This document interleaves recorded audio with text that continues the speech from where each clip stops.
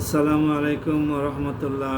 সম্মানিত দর্শক শ্রোতা ভাই এবং বোনেরা, আমি এখন আপনাদেরকে সূরা আত-তাওবার 111 এবং 112 নম্বর আয়াত দুইটির বাংলা তর্জমা পড়ে শোনাবো ইনশাআল্লাহ। শুনুন, মহান রাব্বুল আলামিন আমাদের জীবন ঘনিষ্ঠ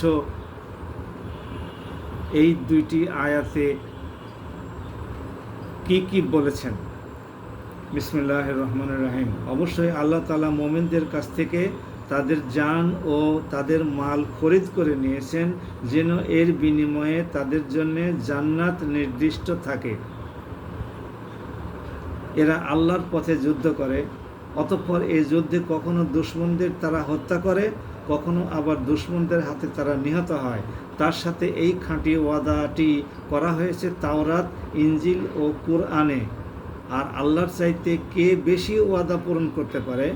অতএব হে মুমিনরা, তোমরা তার সাথে যে কেনাবেচার চুক্তি সম্পন্ন করলে তার জন্য সুসংবাদ গ্রহণ করো, কেননা এটি হচ্ছে এক মহা সাফল্য। যারা আল্লাহর দরবারে তওবা করে, নিষ্ঠার সাথে তাঁর ইবাদত করে, তার প্রশংসা করে, তার জন্য রোজা রাখে, তার জন্য রুকু সাজদা করে, যারা অন্যদের ভালো কাজের আদেশ দেয় এবং মন্দ কাজ থেকে বিরত রাখে, সর্বোপরি যারা আল্লাহ তাআলার নির্ধারিত হালাল হারামের সীমা রক্ষা করে, হে নবী, তুমি এ ধরনের সব মুমিনদের জান্নাতের সুসংবাদ দাও।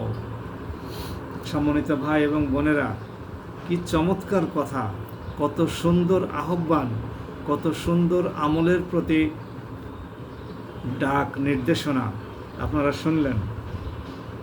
মুমিনদের ব্যাপারে বলা হয়েছে, আল্লাহ রাব্বুল আলামিন মুমিনদের জান এবং মাল কিনে নিয়েছেন জান্নাতের বিনিময়ে। অর্থাৎ মুমিন, যে সমস্ত মুমিন ব্যক্তিরা আল্লাহ রাব্বুল আলামিনের জান্নাত পেতে চায়, তাদেরকে জান এবং মাল আল্লাহ রাব্বুল আলামিনের কাছে বিক্রি করতে হবে।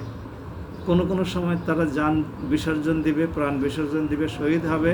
কোনো সময় তারা জীবিত থাকবে, আবার কাফিরদেরকে হত্যা করবে। এরাই হচ্ছে মুমিনদের অন্তর্ভুক্ত। এবং তারা কি কাজ করবে সেগুলো এখানে বলা হয়েছে। তারা ঈমান আনবে, রোজা রাখবে, যাকাত দেবে, হজ নিষ্ঠার সাথে ইবাদত বন্দেগী করবে, আল্লাহ রাব্বুল আলামিনের প্রশংসা করবে, এ সমস্ত খারাপ কাজ থেকে বিরত থেকে ভালো কাজগুলো করবে, আল্লাহর কাছে তওবা করবে। এই সমস্ত কাজগুলো যারা করবে তারাই আসলে প্রকৃত মুমিনদের অন্তর্ভুক্ত। এবং আল্লাহ রাব্বুল আলামিন তার নবীকে বলছেন যে তুমি এই সমস্ত মুমিন বান্দাদেরকে জান্নাতের সুসংবাদ প্রদান করো।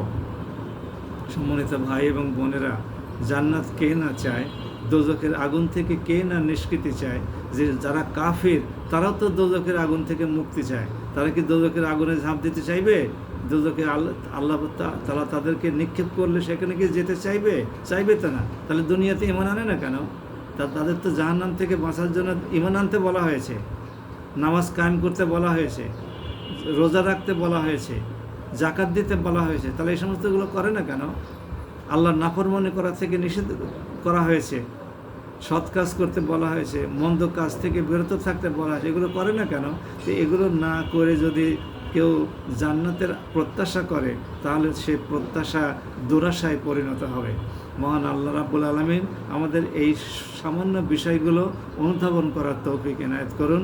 আসুন সবাই আমরা আল্লাহ রাব্বুল আলামিনের নির্দেশগুলো পালন করি এবং প্রার্থনা করি আমাদেরকে যেন উনি অবশ্যই ঈমানদার, মুমিন এবং মুসলমানদের অন্তর্ভুক্ত রাখেন। সবাই ভালো থাকুন। আসসালামু আলাইকুম ওয়া রাহমাতুল্লাহ।